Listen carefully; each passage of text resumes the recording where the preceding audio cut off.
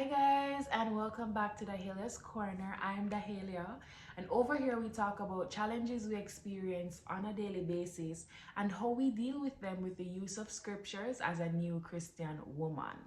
Now, if this sounds like something that you would be interested in, feel free to subscribe, turn your post notifications on so you never miss a new upload. Like, comment, and share the videos with anyone they will be beneficial to. Now let's get into the video.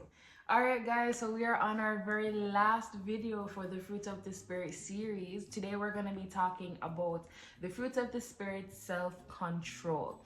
And this entire series was taken from Galatians 5 verses 22 and 23, and it says, "But the fruit of the Spirit is love, joy, peace, patience, kindness, goodness, faithfulness, gentleness, and self-control." Biblical self-control is not just about human discipline. It is also the ability to show restraint while being empowered by the Holy Spirit. God never calls us to control ourselves without giving us the strength to be able to do so. 2 Timothy 1 and verse 7 says, "For God has not given us a spirit of fear, but of power, love, and of self-control." Self-control flows from God's power and not from ours. And this allows us to pause before reacting, choose obedience over impulse, and to walk in confidence instead of fear. True self-control comes from relying on God instead of ourselves and our emotions. Point number 2. Self-control guards our decisions and our desires. Self-control protects us from being controlled by the flesh and to live according to God's will. Proverbs 25 and verse 28 says, "Like a city whose walls are broken through is a person who lacks self-control." Without self-control, we become spiritually vulnerable. And with it, we build boundaries that protects our hearts. 1 Corinthians 9 and verse 25 says, "Everyone who competes in the games goes into strict training. They do it to get a crown that will not last. But we do it to get a crown that will last forever."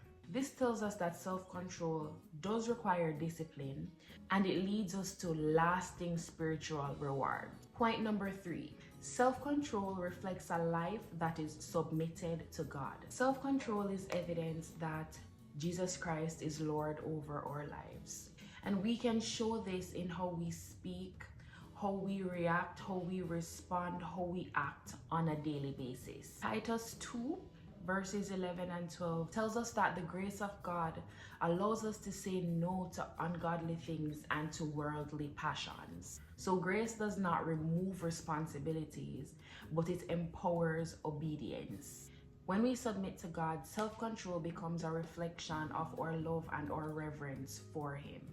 James 1 and verse 19 says, "Everyone should be quick to listen, slow to speak, and slow to become angry."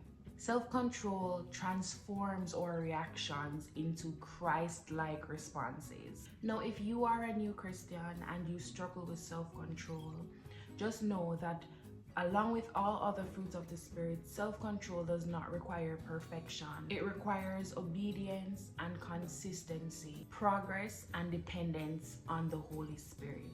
Every time you are faced with a situation and you find yourself pausing, praying, and responding in a Christ-like manner, that shows that the spirit of self-control is growing within you.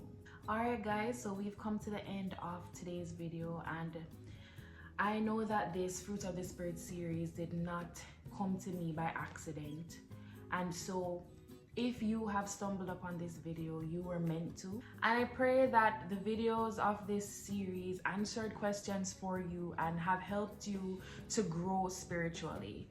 Alright, so I will see you guys in the next video. Thank you so much for tuning in. Bye bye.